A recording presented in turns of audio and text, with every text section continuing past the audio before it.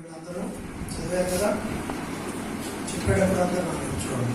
So ఈరోజు మనం ధ్యానం చేయబోతున్నటువంటి విషయం ఏమిటి అంటే ఫిలిప్పు పరిచర్య గురించి మనం చూడబోతున్నాం. బైబిల్ గ్రంథంలో ఫిలిప్పు పరిచర్య ఎవరి గురించి? ఫిలిప్పు పరిచర్య. ఫిలిప్పు ఎవరు? దేవుడు ఏర్పాటు చేసుకుని పిలిచినటువంటి అపోస్తులు అనబడినటువంటి 12 మందిలో ఒకడైనటువంటి వ్యక్తి ఫిలిప్పు. ప్రభు చేత పిలువబడి ఏర్పాటు చేయబడి అధికారంలో పొంది ప్రభుతో కలిసి పరిచర్య చేశాడు. మత్తయి సువార్త 10వ అధ్యాయం ప్రారంభంలో శిష్యుల పేర్లు ఉంటాయి, అక్కడ ఇతని పేరు కూడా ఉంటుంది. కాబట్టి ఆయన దేవుని యొక్క సేవలోనికి ఎలా అభివృద్ధి చెందాడు, ఆయన ద్వారా దేవుడు ఎలాంటి కార్యాలు జరిగించాడు, ఇలాంటి విషయాలు మనం చూస్తా ఉన్నాం. సో 26వ వచనంలో ప్రభుదూత ఫిలిప్పుకు చెప్పిన మాటలు మనం చూసాం. దానికి ముందే ఏమిటి అంటే నా వైపు చూడాలి, రాసుకునే వాళ్ళు తప్ప మిగతా వాళ్ళందరూ నా వైపు. శిష్యులు అనేక ప్రాంతాలకి సువార్త చెప్తా ఉన్నారు ఆ రోజుల్లో. ఆ ఊరు ఈ ఊరు అన్ని ఊరు తిరిగి ఇశ్రాయేల్ దేశము, అలాగే ఇశ్రాయేల్ దేశంతో పాటుగా మిగతా ప్రాంతాలకు కూడా ఒక్కొక్కరు ఒక్కో ప్రాంతానికి వెళ్ళి దేవుని వాక్యాన్ని ప్రకటిస్తా వస్తున్నారు, సాక్ష్యం చెప్తున్నారు, వాక్యం చెప్తున్నారు. ఇలా దేవుని గురించి అనేక మంది శిష్యులు అనేక మంది ఆ రోజున దేవుని చేత ఎంపిక చేయబడి అభిషేకించబడి వాక్యం చెప్తున్నారు. ఒక్కొక్కరు ఒక్కో ప్రాంతంలో చెప్తుంటే ఈ ఫిలిప్పు సమరయ అనేటువంటి ప్రాంతానికి వెళ్ళి సువార్తను బోధించాడు. ఆ ప్రాంతంలో పరిచర్య చేయడం ద్వారా అనేక మంది మారుమనసు పొందారు. ఆ తర్వాత దేవుడు ప్రత్యేకంగా ఫిలిప్పుకు చెప్పినటువంటి మాటను ఇప్పుడు మనం చూస్తున్నాం. అదేమిటి? 26వ వచనం ఇప్పుడు చూస్తే ప్రభు దూత, దేవుడు దూత ఫిలిప్పుతో చెప్తున్న మాట, నీవు లేచి దక్షిణముగా వెళ్ళి యెరూషలేము నుండి గాజాకు పోవు అరణ్య మార్గమున కలుసుకోమని ఫిలిప్పుతో చెప్పగా అతడు లేచి వెళ్ళెను. చూడండి, దేవుని యొక్క ప్రత్యక్షత ఇక్కడ మనకు కనపడుతుంది. దేవుడు తన దూత ద్వారా ఫిలిప్పుతో చెప్తున్నాడు, నువ్వు లేచి దక్షిణ దిక్కుకు వెళ్ళు అని చెప్పగానే ఈయన లేచి అలాగనే వెళ్ళిపోయాడు. అక్కడ అరణ్య మార్గంలో వెళ్ళి కలుసుకో. ఎక్కడికి వెళ్ళాలి? యెరూషలేము నుండి గాజాకు పోవు అరణ్య మార్గాన్ని కలుసుకో. యెరూషలేము నుండి గాజాకి వెళ్ళే దారి ఉంది, అక్కడ అడవిలో అరణ్యం, అది ఆ అరణ్యం దగ్గరకు నువ్వు వెళ్ళు అని చెప్పాడు దేవుడు తన దూత ద్వారా. వెంటనే ఫిలిప్పు బైబిల్ చెప్తున్న మాట అదే కదా, అతడు లేచి వెళ్ళాను. ఈ వచనం లేకపోతే కింద అసలు ఇంకా ఏముండేది కాదు. దేవుడు చెప్పాడు అతనికి, నీవు లేచి పలానా చోటకి వెళ్ళు అని. వెంటనే విధేయత చూపించాడు ఫిలిప్పు. ఎక్కడికి వెళ్ళమన్నాడు? యెరూషలేము నుండి గాజాకి వెళ్ళేటువంటి దారిలో అరణ్యం, అరణ్యం అంటే అడవి, లేచి అడవిలోకి వెళ్ళిపో అని దేవుడు చెప్పాడు. అర్థం దర్శనం ఉందా? లేచి వెళ్తాం, అడవికి వెళ్తామా? అందరు వెళ్తారా? అందరు వెళ్తారా? చెప్పగానే అబ్రాహాము దేవుడు చెప్పాడు, నువ్వు లేచి మీ ఇంట్లో వాళ్ళని, బంధువుల్ని, స్నేహితుల్ని అందరినీ విడిచిపెట్టి అసలు ఈ దేశం కూడా వద్దు, వేరే దేశం వెళ్ళిపోవాలి, నేను చెప్తాను అక్కడికి, ఆ దేశానికి వెళ్ళిపో అని చెప్పాడు. వెంటనే అతడు విధేయత చూపించి లేచి మొత్తం సర్దుకొని వెళ్ళిపోయాడు. ఈరోజు మనం అలా వెళ్ళాలి అని ఒకవేళ దేవుడు మనకు చెప్తే అవన్నీ విడిచిపెట్టి వెళ్ళగలుగుతామా? ఎవరు వదిలిపెట్టి రండి అని అంటే సర్లే అని ముందు ఉన్న పాటను ఏం మాట్లాడకుండా వస్తామా? అక్కడికి వెళ్తే ఏంటి, అక్కడ పరిస్థితులు ఏమిటి, అక్కడ మనకు పని దొరుకుద్దా, అక్కడ ఉండటానికి ఉంటుందా, తినటానికి ఉంటుందా, అక్కడ సరిపడా ఆదాయం వచ్చిద్దా, కుటుంబానికి సరిపడా ఉండడానికి ఏమన్నా ఉందా, ఎన్ని లెక్కలేస్తాం. గుర్తుపెట్టుకోండి, విధేయత గల విశ్వాసి ఎప్పుడూ కూడా లెక్కలు వేయడు, ప్రశ్నలు వేయడు, చెబితే చేయటమే, అంతే. బైబిల్ గ్రంథంలో చాలా మంది దేవుని మాట గల విధేయత చూపి ఆశీర్వదించబడిన వారుగా కనపడుతున్నారు. చాలా మంది దేవుని మాటకి లోబడక, విధేయత చూపక, చెప్పిన మాటని పెడచెవిన పెట్టి దేవుని యొక్క ఆశీర్వాదాన్ని పొందలేకపోయిన వాళ్ళు కూడా చాలా మంది ఉన్నారు. నీ పరిస్థితి ఏమిటి? దేవుడు నీకు చెప్పినది నువ్వు చేస్తున్నావా? ఎటు వెళ్తున్నాం మనం ఎటన్నా వెళ్ళాలంటే ఏం ప్లాన్ చేసుకుంటాం? ఎక్కడికి వెళ్ళాలన్నా ముందు ప్లాన్ చేసుకోవాలి, ప్రణాళిక వేసుకోవాలి. ఇక్కడికి రావాలి మనం అనుకున్నాం, వచ్చేసాం. ఓకేనా? ఇక్కడ ఫిలిప్ అనుకున్నాడా అడిగి పోవాలి పొద్దున్నే లేచని? అనుకోవాలా? ఎవరు చెప్పారు? దేవుడు చెప్పాడు. కాబట్టి మన జీవితంలో మన ప్రయాణాలు, మన ఆలోచనలు, మన ఉద్దేశాలు, మనం చేసే పనులు ఇవన్నీ ప్రభువుకి మహిమకరంగా ఉండాలి. రెండవది దేవుని చిత్తమై ఉండాలి. ఏమై ఉండాలి? దేవుని చిత్తానుసారమైనటువంటి పనులు చేయాలి. దేవుని చిత్తానుసారమైన ప్రయాణాలు కూడా చేయాలి. దేవుని చిత్తానుసారంగా నువ్వు ఒక అడుగు ముందుకేస్తే ఆ అడుగులో ఆశీర్వాదం ఉంటుంది. ఏముంటది? ఆశీర్వాదం. దేవుని చిత్తం లేకుండా ఒక అడుగు వేస్తే ఆ అడుగులో ఏముంటది? ఆశీర్వాదము ఉంటదా? ఉండదు. ఏముంటది అంటే నష్టం ఉంటది, కష్టం ఉంటది, శాపం ఉంటది, ప్రయోజనం ఏమీ లేదు. దేవుని చిత్తానుసారంగా దేవుడు మనల్ని నడిపించే దేవుడు. దేవుడు నడిపించే దేవుడు. నువ్వు నడవవలసిన మార్గాన్ని నీకు తెలియజేస్తాడు. చాలా మంది ఏం చేయాలి అంటే తెలియదు, ఏం చేయాలో తెలియదు, ఎప్పటికీ తెలియదు ఏం చేయాలి. 10th అయిపోయిన తర్వాత ఏం చేయాలి? మన పక్కింటి వాళ్ళు ఏం చదువుతున్నారో మనం అదే చదువుతాం. ఊర్లో ఎక్కువ మంది ఏం చదువుతున్నారో మనం కూడా అదే చదువుతాం. అది మనకు వచ్చిద్దా రాదా, మనం చేయగలుగుతా లేమా, ఇవన్నీ మనకు అనవసరం. పులిని చూసి నక్క వాత పెట్టుకుందే ఆ టైప్ అన్నమాట. అందరూ వచ్చేస్తున్నారు కాబట్టి మనం కూడా ఇది చేస్తాం. దీనివల్ల నీకేం జరుగుతుందో ఎవరికి తెలియదు. ఒకప్పుడు సాఫ్ట్వేర్ అంటే, కంప్యూటర్ జాబ్స్ అంటే అందరూ పరిగెత్తారు. ఈరోజు ఏమీ లేదు. ప్రియమైన వారలారా, దేవుని చిత్తానుసారంగా నువ్వు అడుగు వేయటం మొదలు పెడితే ఏమి జరిగినా నీ దగ్గరకు ఏది రాదు, అపాయము నీ దగ్గరకు రాదు. నువ్వు దేవుని చిత్తంలో ఉంటే సర్వశక్తి నీడలో ఉన్నట్టే. సర్వశక్తిని నీడ కాపాడుతాడు. ఆయన ఎక్కడికి వెళ్ళినా కాపాడుతాడు, ఏం చేసినా కాపాడుతాడు. అబ్రహాము దేవుని యొక్క మాట చొప్పున బయలుదేరి వెళ్ళాడు కాబట్టి ఆ ప్రయాణంలో, ఆ తన విశ్వాస జీవితంలో ఎన్ని ఇబ్బందులు వచ్చినా దేవుడే అబ్రహామును కాపాడుకుంటా వచ్చాడు. ఎందుకంటే నేను పిలిస్తే వచ్చాడు కాబట్టి. దేవుడి యొక్క పిలుపుకు లోబడి విశ్వాస జీవితాన్ని జీవిస్తే, దేవుని మాటకు లోబడి మిగతా వాటిని పక్కన పెట్టి బ్రతికితే దేవుడు నీకు తోడుగా ఉంటాడు. మనుషులు తోడుగా ఉండొచ్చు, ఉండకపోవచ్చు. ఈరోజు ఏ బంధం నిలబడిద్ది అని అంటే చెప్పగలమా? అన్నిటికంటే ఎక్కువగా ఇక సరే అన్నదమ్ములు, అక్క చెల్లెలు ఇవన్నీ ఒక దశ వరకు అయిపోయిన తర్వాత కట్ అయిపోతే భార్య భర్త ఎక్కడ దాకా వస్తున్నారు, ఎక్కడ దాకా వస్తారు, ఎక్కడ దాకా వస్తామంటే చచ్చిపోయేదాకా మరణం వరకు కట్టారు. కరోనా వచ్చింది నన్ను పట్టుకుంటావంటే పట్టుకుంటుందా భార్య? పట్టుకుంటుందా? ఇంట్లోకి రాని అట్లా అన్నం పెట్టరు, పలకరిస్తారా, పట్టుకుంటారా? చచ్చిపోయారు తీసుకెళ్ళమన్నా తీసుకెళ్ళట్లా. ఎందుకని? భయం. మనం కూడా చచ్చిపోతామేమో. ఏ పరిస్థితుల్లో ఎవరైనా విడిచిపెడతారేమో కానీ పిలిచిన దేవుడు మాత్రం నిన్ను విడిచిపెట్టడు. నీ గురి, నీ గమ్యం ఎవరి మీద ఉండాలి? ఎవరి మీద ఉండాలి? అప్పుడు నిన్ను పిలిచిన దేవుడి మీద ఉండాలి. నువ్వు ఆయన్ని నమ్ముకోవాలి, ఆయన మీద ఆధారపడాలి. ఇక్కడ అనేక ప్రాంతాలకు సువార్త కోసం వెళ్ళారు శిష్యులు. ఒక్కొక్కరు ఒక్కో ప్రాంతంలో ఉన్నారు. అక్కడ ఎవరు వాళ్ళకి దిక్కు? ఏమన్నైతే ఎవరు దేవుడే. ఇంకా మించి బలమైన దుర్గం ఏదైనా ఉందా? దేవుడిని మించిన బలమైన ఆశ్రయం ఏమి ఎవరికైనా ఏదైనా ఉందా? లేదు. దేవుని మాటకు విధేయత చూపించే విశ్వాసులుగా మనం ఉండాలి. నువ్వు ఎంత దేవుని మాటకి విధేయత చూపిస్తావో దేవుడు నిన్ను అంత ఆశీర్వదిస్తాడు. ఆయన మాట వినాలంటే సింపుల్. వచ్చేటప్పుడు 116 తీసుకొని రమ్మని చెప్పాడా? నెలకోసారి గుండు కొట్టించుకోమని చెప్పాడా? సంవత్సరానికి ఒకసారి సగం పంట తెమ్మన్నాడా? అనలేదా? కానీ మనుషులు వాటినైనా చేయడానికి ఇష్టపడుతున్నారు. కానీ పాపం చేయమాకయ్యా, నీ శరీరాన్ని పాడు చేసే వ్యసనాలను దూరం చేసుకో, ఇవి వద్దు అవి వద్దు అంటే అవి కష్టంగా వీలైపోతున్నారు మనుషులు. దేవుడు నిన్ను బాగు చేయడానికి, నిన్ను ఆశీర్వదించడానికి చెప్తాడు ఏం చెప్పినా కూడా. కానీ మనుషులు వాటిని పట్టించుకోకుండా ఏదైతే కష్టమో నష్టమో చేస్తాం కానీ ఇవైతే మేము చెయ్యం అన్నట్టుగా తయారైపోతాం.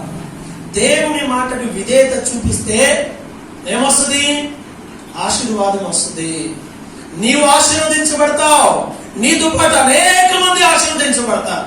నీ ఒక్కడితోనో నీ ఒక్కదాంతో పోదు. అదే నువ్వు అవిధేయత చూపిస్తే నీ ఒక్కడితోనో నీ ఒక్కదాంతో కూడా పోదది. అది నీకుంటది, నీ పిల్లలకు ఉంటుంది, వాళ్ళకి తరాలకు అలా ఉండిపోద్ది. వీడు దొంగ అని తెలిసింది అనుకుంటాం. అలా పిల్లల్ని ఏమంటాం? ఎవర్రా వీళ్ళు అంటే వాళ్ళ పిల్లల్ని ఏమంటాం? వీడు దొంగోడు ఉన్నాడే, వాళ్ళ పిల్లలేరా అంటారా? అంటారా? దేవుడి దగ్గర నువ్వు విధేయత కలిగి విశ్వాసం కలిగి ఉంటే మీ పిల్లలు ఏమవుతారు దేవుడి దృష్టిలో? అదే నువ్వు అవిధేయతతో ఉంటే నీ పిల్లలు ఏమవుతారు? కాబట్టి మన దగ్గర నుండి ప్రారంభించేది, మన చేతిలో ఉన్నది అవకాశం.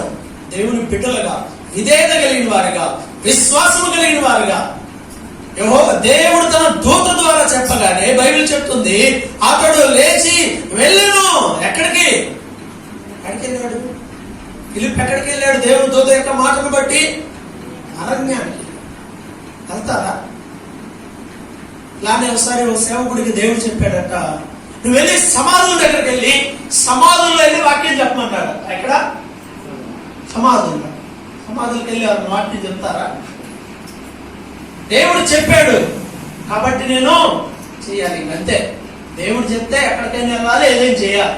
సమాధి సర్లే అని చెప్పి సమాధుల్లోకి వెళ్ళి ఎవరుంటారు సమాధుల దగ్గర? ఎవరుంటారు లోపల? ఇప్పుడు కాస్త బాగా తయారు చేశారు కాబట్టి కొంతమంది తాగడానికి, ఆడుకోవడానికి, సరదాగా నిద్రపోవడానికి, వాళ్ళకి నచ్చినవి చేయడానికి ఉపయోగించుకుంటున్నారు. ఇప్పుడు అసలు ఒరిజినల్ గా సమాధుల్లో ఎవరుంటారు? ఎవ్వరూ ఉండరు. అక్కడ చచ్చిపోయిన వాళ్ళు ఉంటారు అక్కడ లోపల, వాళ్ళు కూడా ఎవ్వరు. చూడండి, అక్కడికి వెళ్ళి ఇంకా వాక్యం చెప్పడం మొదలు పెట్టేశాడు. ఎవరికి? సమాధులకి. మనుషులు ఎవరు లేరు, వాళ్ళే. విశ్వాసంతో మాట్లాడటం మొదలు పెట్టాడు, వాక్యం అంతా చెప్పాడు. అయిపోయాక ఏం చేయాలి? ఇక ముగింపు ప్రార్థన చేయాలి కదా. ప్రార్థన చేస్తాం. ముగింపు ప్రార్థన చేస్తా ఉంటే సడన్గా ఎవరో ఏడుస్తున్న శబ్దం వచ్చింది. కళ్ళు తెరిస్తే ఏమైపోయిద్దో. సరే ప్రార్థన చేద్దాం, ఏదైతే తెలియదు అలానే కళ్ళు మూసుకొని ప్రార్థన చేస్తా ఉన్నాడు. ఆమె అన్నాడు, ఏడుపు తగ్గట్లా, ఏడుపు వినపడుతూనే ఉంది, ఎవరో ఏడుస్తున్నారు. కళ్ళు తెరిచి చూశాడు. ప్రార్థన అయిపోయేటప్పుడు ఒక అతను వచ్చాడు, సమాధుల్లో నుండి ఒక అతను వచ్చాడు. అతను వచ్చి ఏడుచుకుంటా వచ్చాడు. ఏందిరా బాబు ఇక్కడ ఉన్నావు, ఏం చేస్తున్నావు, ఏం చేయాలి అర్థం కాక, జీవితంలో అంతా అయిపోయాక చివరికి పోయేది ఎక్కడికి? అందరం అక్కడికే కదా. చచ్చిపోలేక ఇక్కడికి వచ్చున్నానండి చచ్చిపోదామని. చచ్చిపోయే ధైర్యం లేదు, చచ్చిపోదాం అనుకుంటున్నాను. నేనేం చెప్పానంటే అక్కడికి వెళ్ళి, సమాధులారా మీ సమాధిని దేవుడు తెరుస్తాడు, మీరు బ్రతుకుతారు, మీరు చచ్చిపోయినా నేను బతికిస్తాడు దేవుడు. ఈ మాటలన్నీ విని ప్రభువుని తెలుసుకుని పశ్చాత్తాపడ్డాడు, రక్షణ పొంది ఆయన కూడా సేవకుడు అయిపోయాడు. దేవుడు మాట వినటం వల్ల ఏం జరిగింది? ఒక వ్యక్తి సావు నుండి తప్పించబడి రక్షణ పొంది అతడు ఎంతమందికి దేవుని వాక్యాన్ని అందించాడు. నీవు దేవుని మాట విని విధేయత చూపటం వల్ల నీకెంత ఆశీర్వాదం వస్తుంది, ఇతరులు ఎంత ఆశీర్వదించబడతారన్న సంగతి అసలు ఎవ్వరూ లెక్క కూడా వేయలేరండి. వేయగలమా? లెక్క వేయగలమా? మరి లెక్క. దేవుడు ఆయన మాట విన్నటువంటి వ్యక్తులందరినీ అలా లెక్కింపలేనంత ఆశీర్వాదకరమైన పరిస్థితులను తీసుకెళ్తాడు. మరి నువ్వు వింటున్నావా, వింటలేదా? దేవుడు నాకు చెప్తే నేను ఎందుకు విననండి అని వాళ్ళు ఉంటారు. నాకు దేవుడు కనపడి చెప్పాలే కానీ నేను ఎందుకు వినను? దేవుడు అందుకే చెప్పాడు, శిష్యులు పంపించి మీరు వెళ్ళి చెప్పండి, నేను మిమ్మల్ని పంపిస్తున్నాను, మీ మాట వింటే నా మాట విన్నట్టే. కంటికి కనపడని దేవుని మాట కాదు, కంటికి కనపడుతున్నటువంటి సేవకుని మాట వింటున్నావా? ఇదే ఫస్ట్ క్వశ్చన్. దేవుని సేవకులు మీకు చెప్పే మాట వింటున్నారా, లేకపోతే మీ మాటలే మీరు వింటున్నారా? ఎవరు మాట వింటారు? సేవకులు మాట వింటావా? విన్నారా? నిజం చెప్పాలంటే మనకు నచ్చితేనేమో సేవకుల మాట వింటాం, మనకు నచ్చకపోతే మనకు నచ్చినట్టు చేస్తాం. అవునా కదా? అంతే కదా? ఎక్కువ కొంతమంది ఉంటారు ఎట్లా చెబితే అట్లా నేను అయ్యా అని పోయే వాళ్ళు ఉంటారు. ఇంకొంతమంది ఉంటారు అస్సలేను ఒక్క మాట కూడా. కొంతమంది సంఘంలో ఉన్న వాళ్ళు కొంచెం ఎక్కువ శాతం మంది ఎలా ఉంటారంటే బాగున్న వరకు ఓకే, బాగోకపోతే వదలకుండా ఉంటారు. ఈ పని చేయమాకు అంటే వదలకుండా ఉంటారు, లేదా ఆ టైంకి సరే అంటారు. అది చేయొద్దన్న పని చేసి వదలకుండా కూర్చుంటారు. ఏదన్నా అయితే పాస్టర్ గారు ఏం చేయాలి? ఉపవాసం ఉండి ప్రార్థన చేయాలి కదా. అలా ఉంటారు చాలా. దాని ద్వారా నువ్వెంత నష్టపోతావో నువ్వే తెలుసుకో. మీరు బాగుపడితే, కుటుంబాలు బాగుపడితే, ఆశీర్వదించబడితే పాస్టర్ గారికి బ్యాంకులు అకౌంట్లో డబ్బులు పడతాయా? పథకం పట్టాలి. అందరూ బాగుండాలి, అందరూ ఆశీర్వదించబడాలని దేవుని సేవకుడు కోరుకొని కన్నీటితో నీ కోసం, కుటుంబం కోసం ప్రార్థన చేస్తాడు. అలా మాటలు ఉండకపోతే ఇంకెవరి మాటలు వింటారు? దేవుడి మాటలే కదా చెప్పేది, బైబిల్లో మాటలే కదా చెప్పేది. అవి కూడా వినకపోతే ఎవరండి బాగు చేసేది? చాలా మంది చెప్పేటప్పుడు బాగానే ఉంటారు, బాగానే వింటారు. ఆ సందర్భం వస్తే ఏం చేస్తారు?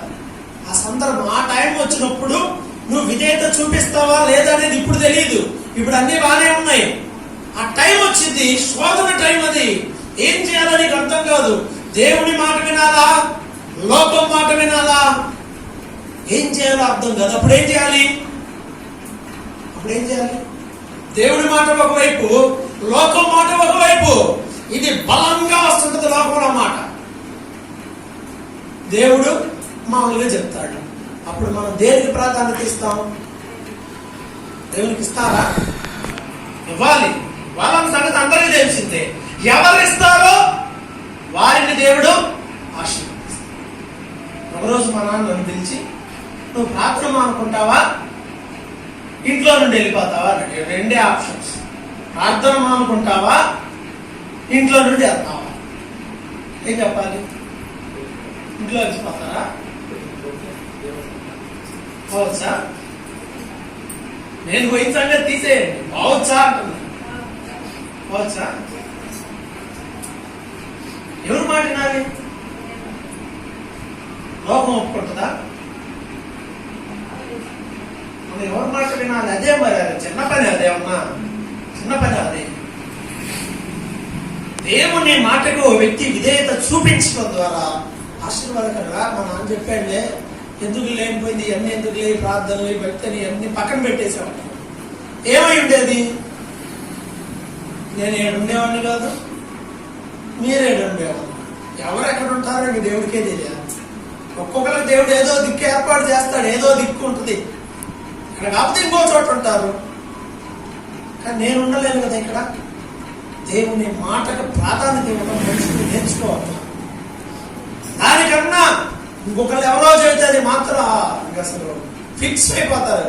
ఎవరు చెప్పారురా? ఎవరు చెప్పాడు కాబట్టి నీ మాట చేయాల్సిందే. లోకం చెప్పింది కాబట్టి చేయాల్సిందే, బంధువులు చెప్పారు కాబట్టి చేయాల్సిందే, స్నేహితులు చెప్పారు కాబట్టి చేయాల్సిందే, ఊర్లో అందరూ వచ్చి చెప్తున్నారు కాబట్టి చేయాల్సిందే. అవన్నీ మైండ్ లో పెట్టుకొని ఎడకొచ్చి లోకమంతా ఒకటైనా, బాధలన్నీ బంధువులైన, ఆధారం నువ్వే నాకు ఆధారం అంట. నిజమేనా? అవన్నీ జీవితంలో ప్రాక్టికల్ గా విశ్వాస జీవితాన్ని కలిగి ఉండే వాళ్ళకి సందర్భం వచ్చినప్పుడు ఏడబడితే అడు దూకే వాళ్ళకి తేడా ఉంది. అలా ఉండకూడదని ఈరోజు దేవుడి మాటలు జ్ఞాపకం చేస్తారు. ఏ ఒత్తిడికి లోబడి నువ్వు దేవుడికి దూరం కాకూడదంతే. అది ఏ ఒత్తిడైనా సరే. చెప్పగలమండి మనం ఆ మాట? చెప్పగలమా? ప్రార్థన పోవడానికి వీలు లేదు అని అన్నారు. ఏం చేస్తాం? చేసేది ఉంది. ఆయన ఒప్పుకోవట్లా. ఇప్పుడు చాలా మంది చేసే పని అదే. ఆయన ఒప్పుకోవట్లా. రేపు దేవుడు దీవించడానికి దేవుడు ఒప్పుకుంటాడా? అంటే మన విధేయత లేకుండా, విశ్వాసం లేకుండా మనకేం కావాలి? ఆశీర్వాదం కావాలి. వచ్చిద్దా? ఆ విశ్వాస జీవితంలో వెళ్ళేటప్పుడు కొన్ని చేయాల్సినవి ఉంటాయి. ఫస్ట్ విశ్వాసంలో మనం చేయాల్సింది ఏమిటి అంటే దేవుని మాట విని దానికి విధేయత చూపించాలి. అది ఏం మాట వినాలి, ఏం మాట వినకూడదు అంటే బైబిల్ చదివితే నీకు అర్థమైపోయింది. నేను పర్టికులర్గా ఇదని చెప్పలేను. ఒకసారి రోజు వాక్యం చదువుతూ ఉంటే, వాక్యాన్ని వింటూ ఉంటే, ఆదివారం ఆరాధనలో దేవుని సేవకులు మీకు చెప్తున్న మాటలు ఉంటాయి కదా, అవన్నీ వింటూ ఉంటే నీకు అర్థమైపోద్ది. నువ్వేం వదిలిపెట్టాలి, ఏం వదిలిపెట్టకూడదు, ఇవన్నీ అర్థమైపోతాయి. కాబట్టి ప్రియమైన వాళ్ళారా, నువ్వు ఎంత లోతుగా నిన్ను నువ్వు దేవునికి లోపరుచుకుంటావు అనేది చాలా ప్రాముఖ్యమైన విషయం. అడవికి వెళ్ళు అనగానే వెంటనే అడవికి వెళ్ళిపోయాడు. అబ్రాహాము అన్ని విడిచిపెట్టాడు కానీ అన్ని విడిచిపెట్టాడు. నువ్వు ఎంత విధేయత చూపిస్తున్నావు? నువ్వు విధేయత చూపించాలంటే నీ ఇష్టాలు కొన్ని ఉంటాయే, అవి కట్ చేసుకోవాలి. అవి కట్ చేసుకుంటేనే దేవుడి ఇష్టం. ఇల్లు అంటే ఎక్కడికి వెళ్ళమని చెప్పాలి?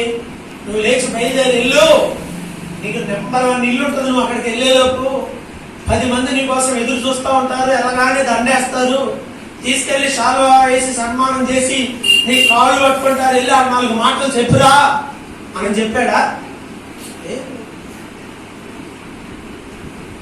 మనకు ఏం అర్థం వెళ్ళమన్నాడు దేవుడు. ఎందుకు వెళ్ళమన్నాడు అర్థం కాదు. అడవికి పొమ్మన్నాడు, ఏం చేస్తాం? అడవికి సమాధికి పొమ్మన్నాడు, ఏం చేస్తాం సమాధుల్లో అని ఆలోచించుకుంటా కూర్చుంటావు. చివరికి వెళ్తాం మానేస్తాం. ఇక ఏం జరిగిందో తెలియదు. అలా మనం ఉండకూడదు. ఫస్ట్ ఏం చేయాలి? మనం దేవుని మాటకి విధేయత చూపించాలి. విధేయత చూపించాలి. ఇతడు వెంటనే దేవుని మాట విని అతడు లేచి వెళ్ళెను. మొదటిది ఏంటి అంటే దేవుని మాట విని విధేయత చూపించాలి. ఎన్నిసార్లు విధేయత చూపించావు? ఎన్నిసార్లు అవిధేయత చూపించావు? అవిధేయులుగా ఉన్నావా? నువ్వు ఒప్పుకొని సరి చేసుకుని మరలా తిరిగి నీ ప్రయాణం మొదలుపెట్టు. అప్పుడు దేవుడు నిన్ను ఆశీర్వదిస్తాడు. విధేయత కలిగి వెళ్తున్నావా? అలాగనే వెళ్ళు, దేవుడు నిన్ను ఆశీర్వదిస్తాడు. తర్వాత రెండో విషయాన్ని మనం చూస్తే, ఆ దేవుని మాట చొప్పున వెళ్ళినప్పుడు అతనికి ఎవరు ఇవ్వబడ్డారు? అక్కడ ఎవరు టచ్ అయ్యారో తెలుసా? 27వ వచనంలో చూస్తే ఐథియోపియా అని ఒక రాజ్యం ఉంది, ఇప్పటికి కూడా ఉంది. అప్పుడు ఐథియోపియా అన్నారు, ఇప్పుడు ఇథియోపియా అంటున్నారు. ఆఫ్రికా దేశం అన్నమాట. ఆఫ్రికా ఖండంలో ఒక దేశం. సో ఆ ఇథియోపియాకు సంబంధించినటువంటి ఆ రాజ్యంలో రాణిగారి కింద ధనాగారం అంతటి మీద అధిపతి. ధనాగారం అంటే ఈ ఆర్థిక సంబంధమైన విషయాలు, డబ్బు సంబంధించిన విషయాలు. రాజ్యంలో డబ్బులన్నీ చూసుకునే మినిస్టర్ అన్నమాట ఆయన. మంత్రి అంటే ఇప్పుడు భాషలో చెప్పాలంటే ఆర్థిక మంత్రి. ఆయన పోతున్నాడు, మినిస్టర్ పోతున్నాడు, రథం ఎక్కి పోతున్నాడు. అలా రథం ఎక్కి ఆయన వెళ్తూ ఉండగా ఎందుకు వెళ్తున్నాడు? ఆయన ఆరాధించుటకు యెరూషలేమునకు వచ్చి ఉండెను. ఆరాధనకు ఎక్కడికి వచ్చాడండి ఆయన? ఎక్కడి నుండి వెళ్తున్నాడు? ఆరాధనకు వెళ్తున్నాడు. ఎక్కడి నుండి ఎక్కడికి వెళ్తున్నాడు? తానున్న ప్రాంతం ఐథియోపియా, అక్కడి నుండి యెరూషలేముకి వెళ్తున్నాడు. ఎంత దూరమో తెలుసా? దూరం అయితే మందిరానికి వెళ్తారా? దూరమైన వెళ్తారా? కొంతమంది వెళ్తారు. దూరం అంత దూరం ఆడ వెళ్తా ఉన్నాయి. కొంతమంది అందుకే పక్కన వచ్చి పెడితే అంత దూరం ఆడ వెళ్తా ఉంటాం. పక్కనే చర్చి పెట్టారు, ఇక్కడ పోతారు. చర్చి దగ్గర దూరమా చూడొద్దు. దగ్గరగా ఉన్న చర్చిని కాదు మనం చూడాల్సింది, పరలోకానికి దగ్గరగా ఇది ఉంటుందా ఉండదా అని చూడాలి. మనల్ని పరలోకానికి తీసుకెళ్తుందా ఇక్కడ చేసే బోధ? ఈ మందిరానికి వెళ్తే మనం పరలోకానికి వెళ్తామా? అది పరలోకపు గవిన్లా ఉండాలి, ఎంట్రన్స్. ఇక్కడికి వస్తే వారికి వెళ్ళిపోతాం. ఈ మాటలు వింటే మన జీవితాలు బాగుపడతాయి. ఇక్కడికి వెళ్తే మన పిల్లలు బాగుంటారు. ఇక్కడికి వెళ్ళాలి, అవి చెయ్యాలి. అవునా? ఇక్కడ చూసినట్లయితే ఆయన ఆరాధన కొరకు గాజా నుండి మార్గంలో చూడండి ప్రియమైన వారలారా, ఆయన ఆరాధించడానికి యెరూషలేముకి వెళ్తున్నాడు. ఎంత దూరమైన దేవుని సన్నిధికి వెళ్ళాలి. ఎలాంటి పరిస్థితులైనా దేవుణ్ణి ఆరాధించడానికి వస్తారా? మంది ఇంటికి చుట్టాలు వచ్చారు, ప్రార్థనకి వస్తారా? ఏదన్నా మంచో చెడో జరిగితే ప్రార్థనకు వస్తారా? నేను ఫస్ట్ నుండి చెప్తా ఉంటా, మర్చిపోతే శవం ఆడు ఉంటే ఆడన్నా ప్రార్థన చేయండి, అంతేగాని ప్రార్థన మానే. సరే బాడీ ఇంట్లో పెట్టుకొని రాలేం కదా, రాగలిగితే మంచిది. ఇంకా ఒకళ్ళంతా రాలేని పరిస్థితి అయినా నువ్వు అక్కడ కనీసం అక్కడ ప్రార్థన జరుపుకుంటే అక్కడ కొంతమంది వస్తారుగా, అక్కడైనా ప్రార్థన పెట్టుకోవచ్చు. మనం ఏంటైపోతే ఇవన్నీ వదిలిపెట్టి దాని చుట్టూ తిరిగేటే వదిలిపెడతారు, సింపుల్ గా ప్రార్థన వదిలిపెడతారు. చచ్చిపోయినాడు ఎక్కడికో పోతాడుగా, నరలోకానికో నరకానికో పోతాడుగా. అవునా? నువ్వు రాలేదు కాబట్టి నేను ఏడే ఉంటాను, నువ్వు వచ్చాక అటో ఇటో పోతానని అవుతాడా? అవుతాడా? మనం మాత్రం ఆగుతాం ప్రార్థన. ప్రియమైన వారులారా, ఎట్టి పరిస్థితుల్లో దేవుణ్ణి ఆరాధించే విషయంలో జాగ్రత్తగా ఉండండి. ఇలా దేవుని ఆరాధన అంటే లెక్కలేక 40 విశ్రాంతి దినాలు మర్చిపోయారు ఇశ్రాయేలు. ఎన్ని? 40 విశ్రాంతి దినాలు మర్చిపోయారు. 70 విశ్రాంతి దినాల్ని ఇలానే చేశారు. దేవుడికి కోపం వచ్చింది. ఒక్కొక్క వారానికి ఒక్కో సంవత్సరం లెక్కేసి 70 సంవత్సరాలు శత్రు సైన్యం కింద వెళ్ళిపోండి, మీరు బానిసలుగా బతకండి అన్నమాట. ఒక వారానికి ఒక సంవత్సరం పడింది పనిష్మెంట్. ఒక్క వారానికి ఒక సంవత్సరం పడితే దెబ్బ ఎట్టుంటుంది ఆలోచన చేయండి. ఒక్క వారం రాకపోతే ఈ సంవత్సరం ఏమీ లేవు మీకు అని అంటే, 3000 ముద్ర అయిపోతే నీకు బియ్యం రాకంటే చచ్చిపోయినాక వదిలేసి వస్తావనా? అన్నా కదా. మా వాలంటీర్ మాకు ఫోన్ చేసింది. అమ్మాయి ఎప్పుడు చేసిందో తెలుసా? లాస్ట్ అన్న సాయంత్రమే, ఇప్పుడు అయిపోతుంది లాస్ట్ డేట్ సాయంత్రం ఫోన్ చేసింది. ఎప్పుడు? 12 గంటలు చేసి సాయంత్రం 5 చేసేయాలన్నా. మాకు తెలీదా? ఏం చేయాలి? అంత దూరం ఉన్నా వెళ్ళాలి కాబట్టి అది అవసరం అని అనుకుంటే వెళ్తాం. చేసేది ఏముంది మరి, ఇంకా సాయంత్రం అంటది, అంత తొందరగా చెప్పిద్ది అన్ని, వెళ్ళి ఏదో చేసి వస్తాం. అది మనకు అవసరం అనుకుంటే ఎంత దూరం ఉన్నా, ఎంత కష్టమైనా, బస్సులు లేకపోయినా, ఎంత కష్టమైనా వెళ్తాం. ప్రార్థన అంటే వెళ్తామా? ఏమైంది వారం కాకపోతే అని అయితే హాస్టల్ గారు అంటాడా? హాస్టల్లకు భయపడి భక్తి చేయమన్నాడు. ఎందుకంటే మాస్టర్ గారు ఈరోజు ఇక్కడ ఉంటాడు, రేపు ఎక్కడో ఉంటాడు. అంతా అయిపోతే అందరం అక్కడే ఉంటాం, ఆ బాక్స్ లో ఏడో నిద్రపోతా ఉంటాం. అంతే కదా. భయపడాల్సింది ఎవరికి? విధేయత చూపించాల్సింది ఎవరికి? దేవునికి. ఇతడు ఆరాధించడానికి వేరే దేశం నుండి యెరూషలేముకు వస్తున్నాడు. ఎంత ప్రాధాన్యత, దేవుడు అంటే ఎంత భయము, ఎంత భక్తి, ఎంత ప్రేమ ఉంది. ఈరోజు ఎంతమంది దేవుణ్ణి ప్రేమిస్తున్నారు, ఆరాధించాలని దేవుణ్ణి ఆరాధన పోగొట్టుకుంటున్నారా? ఆరాధనలకి దగ్గర అవుతున్నారా? ఏ కారణం చేతైనా దేవుని సన్నిధికి దూరం అయిపోయావా? గుర్తుపెట్టుకో, నువ్వు దేవునికి 2వ స్థానం ఇస్తే నువ్వు కూడా ఆటోమేటిక్ 2వ స్థానంలో పడిపోతావు. నీకు దిక్కోండి, అది నీతో పోదు. నీ అవిధేయత నీతో పోయిద్దండి. మనం బాగోదనుకో, మన పిల్లలు పోతారా? ఏదో పెద్ద పిల్లలు అయితే పోతే పోతారు. ఎప్పుడన్నా గట్టిగా మీరు ప్రార్థన పడి అన్నాం, వాళ్ళు ఏమంటారు? మేము పోతాం, వెళ్ళిపోతాం. ఇప్పుడు ఏమవుతుందంటే గుడ్డు వచ్చి ఎవరి దగ్గర ఇచ్చిందంట అట్నే ఉంటుంది. పిల్ల వచ్చి గుడ్డుని ఎక్కడ ఇచ్చిందా?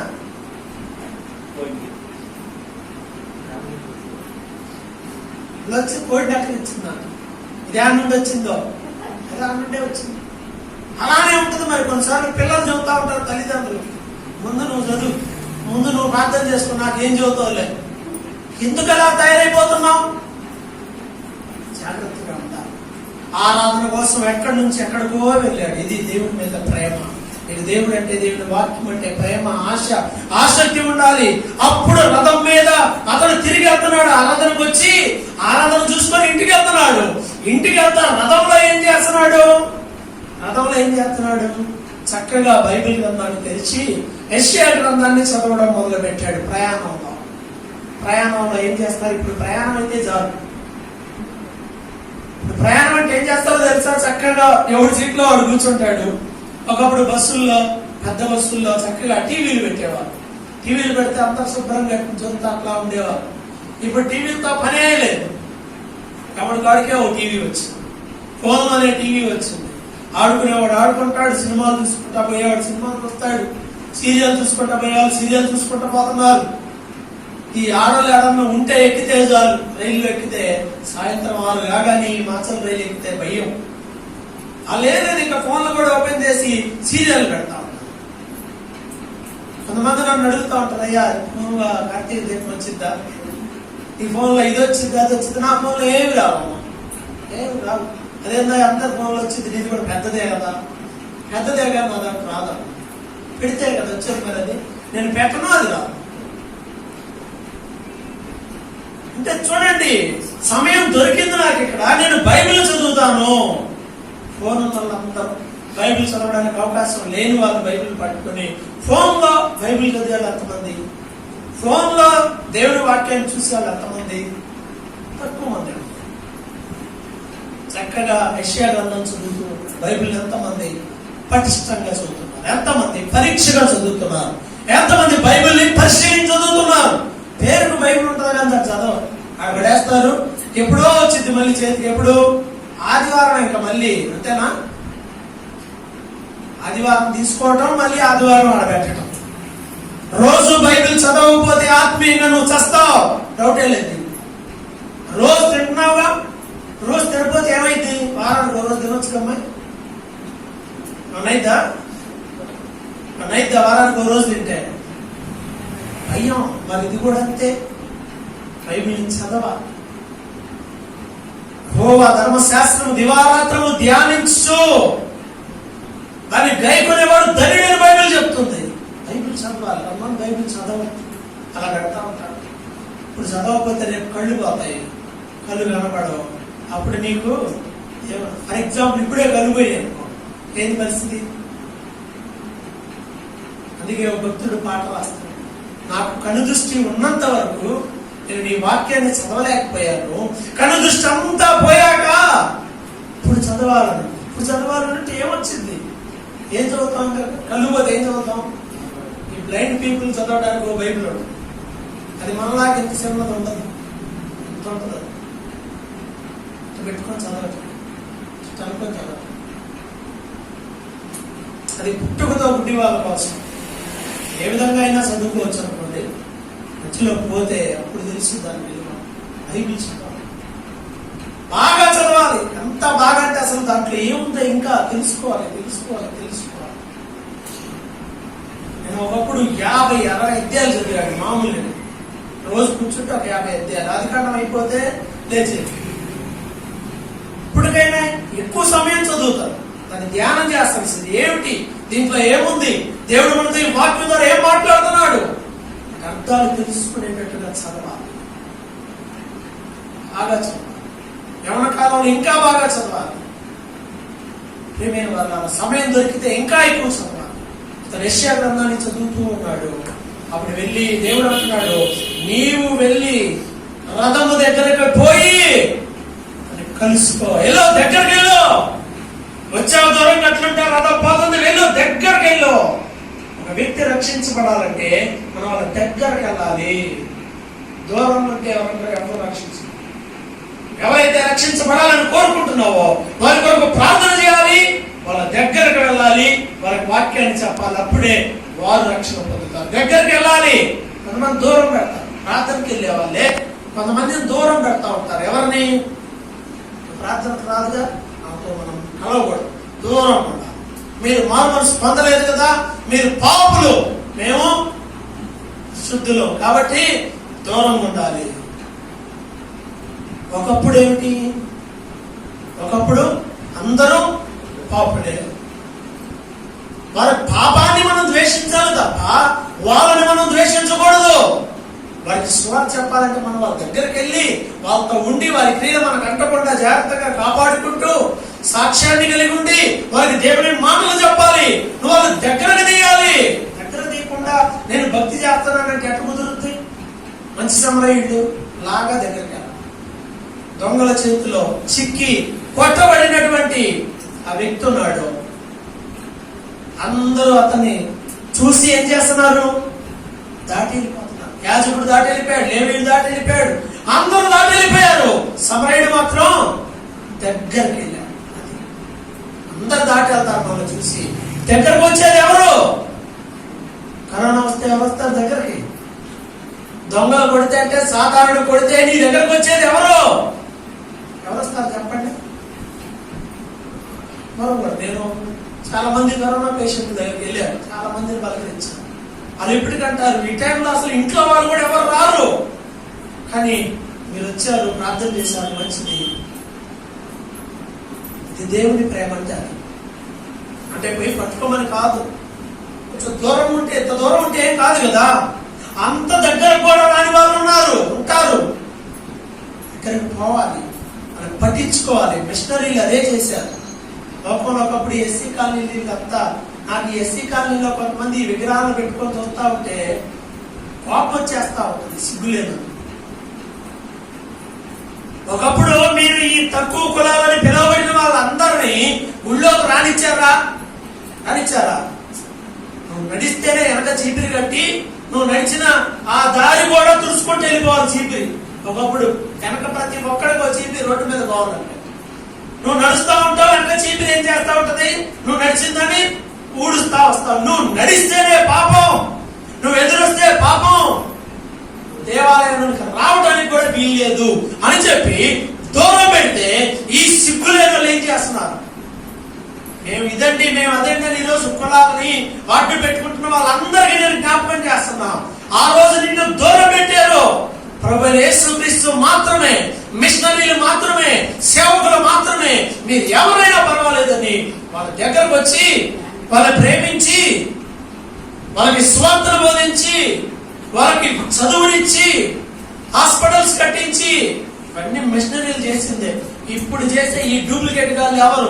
ఇండియాలో ఉన్న వీళ్ళు ఎవరు కూడా ఈ పని చేయలా. దగ్గరకు తీసింది క్రైస్తవ్యం మాత్రమే. ఈరోజు మేము గొప్ప, మా మతాలు గొప్ప అని చెప్పి విరవీగుతున్న వీళ్ళందరూ కూడా ఒకరోజు మనుషులను దూరం పెట్టారు కులాల పేరుతో, మతాల పేరుతో. ఈ రోజు కూడా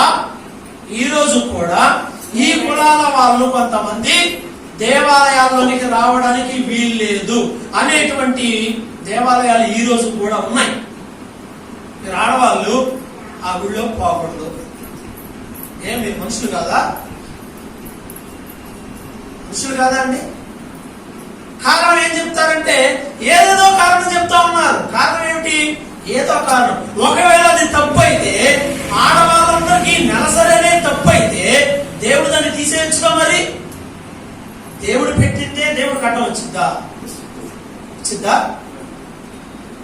ఎక్కడ మతాలు? ఇవన్నీ దొంగలండి వీళ్ళంతా. ఆ దొంగల దగ్గరికి నెట్టుకొని పోతున్నారు కొంతమంది ఆడవాళ్ళు, సిగ్గులేను. అరే వద్దో బాబు, నువ్వు రావద్దమ్మా తల్లి అని అంటే ఎగేసుకొని పోయి ఏం ఎరగబెడతామని వద్దని వాళ్ళు తలబాదుకుంటుంటే నువ్వెందుకు పోవాలి? దళితులు అని చెప్పుకున్న వాళ్ళందరూ కూడా ఈరోజు మళ్ళా తిరిగి అదే విగ్రహాలని ఆరాధన చేస్తారు. మేము అంబేద్కర్ వాదులు అంటే వీళ్ళు పెద్ద పోటు కాదు. అంబేద్కర్ ఏం చెప్పాడు? నా కర్మ కానీ నేను హిందువుగా పుట్టాను కానీ నేను హిందువుగా చచ్చిపోను అని చెప్పాడు.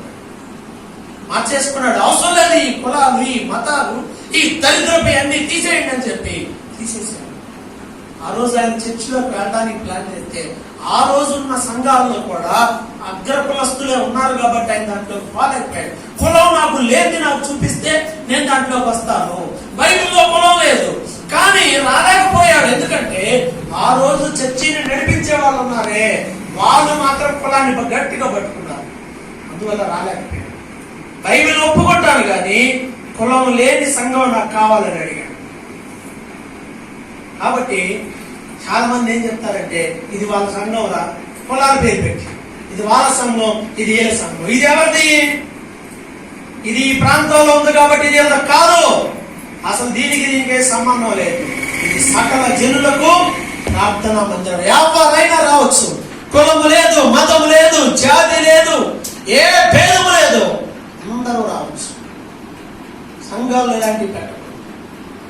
దేవుడు దగ్గరకు వచ్చింది మిషనరీలు ఈ కులం తక్కువ అని పిలువబడే వాళ్ళ దగ్గరికి కదా యేసుప్రభు వచ్చింది. మరి సేవకులు వచ్చి వాళ్ళని బాగు చేసి పెట్టారు. ఇప్పుడు వీళ్ళకి కొమ్ములు వచ్చేసి దేవుడేనండి మనల్ని దగ్గర తీసింది, యేసు ప్రభు మాత్రమే. అందుకే ఆయన్ని ఆరాధించాలి. ఆయన పక్కన పెట్టి ఏవేవో పిచ్చి పనులన్నీ చేస్తున్నారు ఈరోజు చాలా మంది. నిజమైన వ్యక్తి అయితే చరిత్రను చూస్తే దగ్గరకు వచ్చి మనల్ని పట్టుకుంది ఎవరు అంటే యేసయ్య మాత్రమే. ఇంకెవరు దగ్గరకు రాలా, దగ్గరకు రానియలేదు కూడా. కారణం కులం. ఇది ఎక్కడి నుండి వచ్చిందో? అందరూ అవ్వాదం నుండి వచ్చిన వాళ్ళే, అందరూ నోవా కుటుంబం నుండి వచ్చిన వాళ్ళే. మరి ఎట్లా వేరైపోయారు చెప్పండి? చదువుకున్నాడు ఎవడైనా, బుద్ధున్నాడు ఎవడైనా ఒప్పుకుంటాడు ఈ మాటని. కానీ వీళ్ళు ఒప్పుకోరు. మీరు వేరు, మేము వేరు. వేరు చేసి దగ్గరకు రానివ్వరు. కానీ యేసుప్రభు అలా కాదు, దగ్గరకు వచ్చాడు. సేవకులు అలా కాదు, దగ్గరకు వస్తారు. అందరూ దూరం అయిపోతారేమో కానీ దేవుడు దగ్గర ఉంటాడు. దేవుడు దూరం కాదు. అందరూ నన్ను విడిచినా ఎవరు విడవరు? దేవుడు. అది మరి విడువని దేవుడిని నువ్వు పట్టుకున్నావా? అందరూ నిన్ను విడిచిపెట్టిన ఆయన విడవడు కదా. మరి ఆయన్ని పట్టుకున్నావా? అందరి కోసం ఆయన వదిలిపెడుతున్నావు. అదే కదా, అందరి కోసం ఆయన వదిలిపెడుతున్నావు. ఆయన నిత్య జీవం ఇచ్చేవాడు నీకు. ఆయన విడిచిపెట్టమా? ఆయనే పట్టుకోడు. ఆయనే శాశ్వత కాలం ఉండేవాడు. ఆయనే నిత్య జీవాన్ని ఇచ్చేవాడు. దగ్గరికి వెళ్ళాడు, రథం దగ్గరికి వెళ్ళి అతనితో మాట్లాడటం మొదలు పెట్టాడు. ఎంతమంది పాపుల దగ్గరికి ప్రభు వచ్చాడు. మన దగ్గర దేవుడు వచ్చాడా? మనం వెళ్ళామా దేవుడి దగ్గరికి? దేవుడు మన దగ్గరకు వచ్చాడా? మనం దేవుడి దగ్గరికి వెళ్ళామా?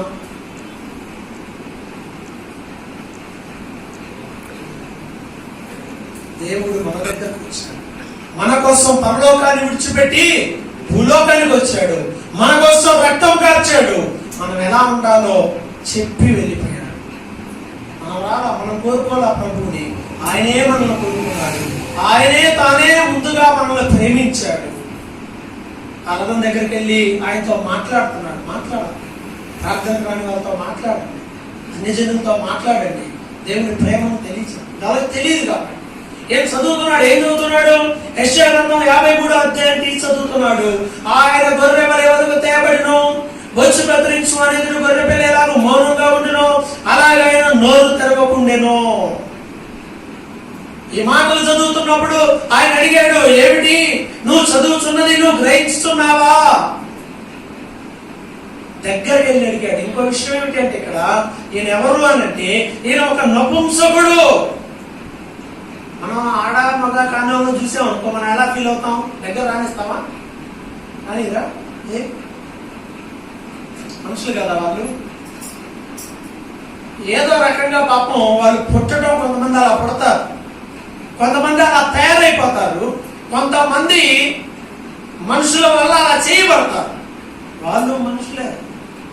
ఎక్కడైనా మినిస్టర్, మంత్రి అయినా కానీ ఆయన ఎవరు? ఆయన ఒక నపుంసకుడు. ఆడా కాదు, మగాడ నపుంసకుడు. ఆయన అంటే ఒక ఆత్మ ముఖ్యం. కానీ దేవునికి వీళ్ళ ఆడలకు ఒక న్యాయం, మొగలకు ఒక న్యాయం, అట్లా దేవుడు దగ్గర లేదు. అందరూ సమానం, అందరూ రక్షణ పొందాలి.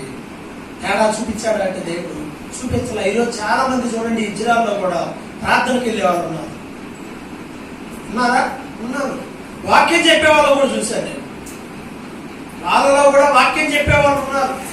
దేవుడు అందరినీ ప్రేమించి, అందరినీ ఆశీర్వదించి, అందరికీ రక్షణ ఇస్తున్నాడు. దేవుడు ప్రేమించినప్పుడు మనం ఎందుకు ప్రేమించకూడదు?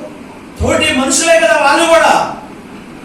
కాబట్టి ప్రియమైన వాళ్ళారా, వాళ్ళు చదువుకున్నది ఏందో వాళ్ళకి తెలియదు. నువ్వు చదివేది ఏదో నీకు తెలియదు కాబట్టి నీకు బోధించడానికి సేవకుడు దేవుడు ఏర్పాటు చేశాడు. నీకు తెలియదు కాబట్టి తెలుసుకోవడానికి దేవుడు సేవకుని ఏర్పాటు చేశాడు. చదువుతున్నాడు, ఏమిటి గొర్రెవా? ఎవరు మౌనంగా ఇలా వధించబడింది? అప్పుడు యేసుక్రీస్తు గురించిన సువార్తను బోధించాడు ఫిలిప్పు. ఆ గొర్రె పిల్ల ఎవరో కాదు, ఆ గొర్రె పిల్ల ప్రభువైన యేసుక్రీస్తు. మన కొరకు, మన పాపముల కొరకు చనిపోయి తిరిగి లేచాడు అని యేసును గురించినటువంటి సువార్తను ప్రకటించేశాడు. అవును ప్రియమైన వాళ్ళ, మనం కూడా ఎవరి గురించి చెప్పాలి? బయట ఏం చెప్పాలి? మాస్టర్ల గురించో చెప్పనవసరంలా, ఎవరెవరి గురించో చెప్పనవసరంలా. నీ జీవితంలో దేవుడు చేసింది చెప్పు, దేవుడు నీతో మాట్లాడింది చెప్పు, సేవకుల ద్వారా దేవుడు నీకు ఏం చేశాడో చెప్పు. యేసయ్య గురించి చెప్పు. నేను భక్తుడు అంటాడు, నేను చనిపోయిన తర్వాత ఎవరో నా గురించి మాట్లాడద్దు. విలియం కేరీ గురించి ఎవరో మాట్లాడొద్దు. విలియం కేరీ దేవుడి గురించి మాత్రమే మాట్లాడండి. మాట్లాడుకోవాల్సింది మన గురించి కాదు, కానీ మన దేవుడి గురించి అందరూ మాట్లాడుకునేటట్టుగా మనం జీవించాలి. మీరు కూడా మీ పొరుగు వారికి దేవుని ప్రేమ గురించి చెప్పండి, దేవుని గొప్పతనం చెప్పండి, ఇక్కడ మీరు విన్న వాక్యాన్ని చెప్పండి, మీ జీవితంలో జరిగిన గొప్ప కార్యాలని చెప్పండి. యేసును గురించిన సువార్త చెప్పినప్పుడు వెంటనే ఆయన విన్నాడు, విశ్వసించాడు. వెంటనే అంటాడు కదా, రథం ఆపి, ఇదిగో పక్కనే మనలాగానే పక్కనే నీళ్లు కనపడ్డాయి, ఇదిగో నీళ్లు ఉన్నాయి, నేను బాప్తిసం తీసుకోవడానికి నాకేమన్నా ఆటంకమా అని అడిగాడు. నేను బాప్తిసం తీసుకోవడానికి ఎన్ని వాక్యాలు ఉన్నాడు, ఎన్ని వాక్యాలు ఉన్నాడు? అంతకుముందు చర్చికి వెళ్తున్నాడు, వింటున్నాడు, చదువుతున్నాడు, అర్థం కాల.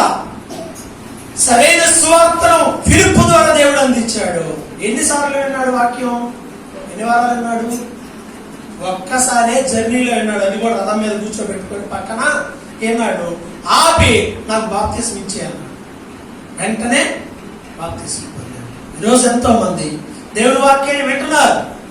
నేను కొంతమందిని అదే అడుగుతాడు, అది మంచిది ఇది మంచిది ఎగేసుకొని పోతున్నారు కదా, మరి బాప్తిసం తీసుకొని రావచ్చు, వచ్చేటప్పుడు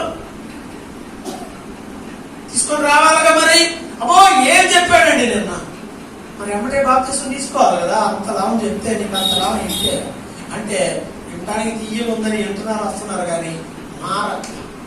అంటే ఏంది? డూప్లికేట్. ఇతను ఒకేసారి ఏం చెప్పిన మాటలు విని రథం ఆపి ఆ నీళ్లు ఉన్నాయి కదా అని చెప్పి వెంటనే బాప్తిసం తీసుకుని వెళ్ళిపోయాడు. ప్రియమైన దేవుని వెళ్ళారా, మీ సంగతి ఏంటి? రక్షణ పొందిన వాళ్ళు ఉన్నారా? ఇంకా బాప్తిసం పొందిన వాళ్ళు ఉన్నారా? అందరు బాప్తిసం పొందిన వాళ్ళ సంగతి ఏమిటి అని అంటే, నీకు పాఠం ఏమిటి దీంట్లో నుండి అంటే, నీవు దేవుని మాటలో లోబడాలి, ఏం చెప్తా చేయాలి. రక్షించబడిన తర్వాత, నువ్వు విశ్వాసం అయిన తర్వాత దేవుని వాక్యం నీకు చెప్తుంది ఇలా ఉండాలి ఇలా ఉండకూడదని, దానికి లోబడుతున్నావా? రెండు, దేవుని నడిపింపు తీసుకుంటున్నావా, లేకపోతే లోకంలో నడిపింపు తీసుకుంటున్నావా? దేవుడు ఆయనతో మాట్లాడి ఏం చేయాలి, ఎటువైపు వెళ్ళాలి, ఏం బోధించాలి అన్నీ చెప్పాడు. దేవుడు నీకేం చెప్తున్నాడు? దేవుని నడిపింపు ప్రకారం నీ జీవితం ముందుకు వెళ్తే వార్షలు తెలుసుకుంటావు. అతను ఏటో వెళ్ళిపోయాడు, ఇక ఇతను ఏటో వెళ్ళిపోయాడు, ఇద్దరు వేరు వేరు వెళ్ళిపోయారు. ఇక ఆయన దగ్గరే ఉన్నాడా? ఆయన దగ్గరే ఏనంగా ఆయన చుట్టూ తిరుగుతూ కూర్చున్నాడా? రక్షించబడిన తర్వాత నువ్వు మా చుట్టూ తిరగాల్సిన అవసరం ఏం లేదు. నువ్వు ఎవరి చుట్టూ తిరగాలి? దేవుని చుట్టూ తిరగాలి. నువ్వు బైబిల్ చుట్టూ తిరగాలి, వాక్యం చుట్టూ నీ మనసు తిరగాలి. ఎటు తిరుగుతున్న మనసు? రక్షణ పొందినా కానీ మనసు అంతా పీకుతా ఉంటది బంధువులు. రక్షణ పొందినా కానీ ఏ పాపములు విడిచిపెట్టి వచ్చావో ఆ పాపముల చుట్టూ ఇంకా నీ మనసు తిరుగుతుందా? రక్షణ పొందినా, బాప్తిసం పొందినా ఇంకా లోకంలో ఉన్న పాపాలు నీకు ఇంకా గుర్తొస్తా, వాటిని ఎందుకు విడిచిపెట్టాను అనుకుంటున్నావా? జాగ్రత్త. ఎప్పుడు ఈ జీవితం అంతమైపోయిందో తెలియదు, ఎప్పుడు ఈ యుగం అంతమైపోతుందో తెలియదు, ఎప్పుడైనా రాకడ వస్తుందో తెలియదు. ఎలా ఉండాలి మరి మనం? సిద్ధంగా. ఈ ఒక్క వారం వదిలేయ్యా నన్ను, అప్పుడే వస్తే ఈ ఒక్క సంవత్సరం నన్ను వదిలే ప్రభువా, అప్పుడే వస్తే మీరు వాళ్ళ విశ్వాసులైన సిద్ధంగా దేవుని మాటకు విధేయత చూపించాలి. ఫిలిప్పులాగా ఉండాలి. నువ్వు ఫిలిప్పులాగా ఉంటే నీ ద్వారా రక్షణ పొందే వాళ్ళని దేవుడు కొంతమందిని ఏర్పాటు చేస్తాడు. నువ్వు ఫిలిప్పులాగా దేవుని మాటకు లోబడితే నువ్వు ఆశీర్వదించబడతావు, నీ కుటుంబం ఆశీర్వదించబడుతుంది. దేవుని తండ్రి అయిన దేవుని మాటకు లోబడి ప్రభు యేసుక్రీస్తు మన ప్రభు ఈ లోకానికి వచ్చాడా? అడిగాడా? ఎందుకు వెళ్ళాలి ప్రభు అన్నాడా తండ్రిని? వెళ్ళాలయ్యా, ఓకే. శిలువ వేయబడాలి, బుద్ధులు, దెబ్బలు, అవమానం, శిలువ మీద వేలాడబడాలి అంటే ఎండలో ఎన్నో నిందలు, ఇవన్నీ ముందే ఉంటాయని తెలిస్తే పోతారు ఎవరన్నా? నువ్వు అక్కడికి వెళ్ళు, 10 వెళ్ళు, నిన్ను ఎలాగానే లాగి బోబో పెట్టి చదువుస్తారు. అదొకటి నుండు. ఇంకొంచెం ముందుకెళ్ళు, నీకు ముసిగేసేటట్టు పోతారు. ఇంకొంచెం ముందుకెళ్ళు, కొరడా తీసుకొని ఈ విమానం మొత్తం మోగిస్తారు. ఇంకొంచెం ముందుకెళ్ళు, ఇష్టం వచ్చినట్టు కొడతారు.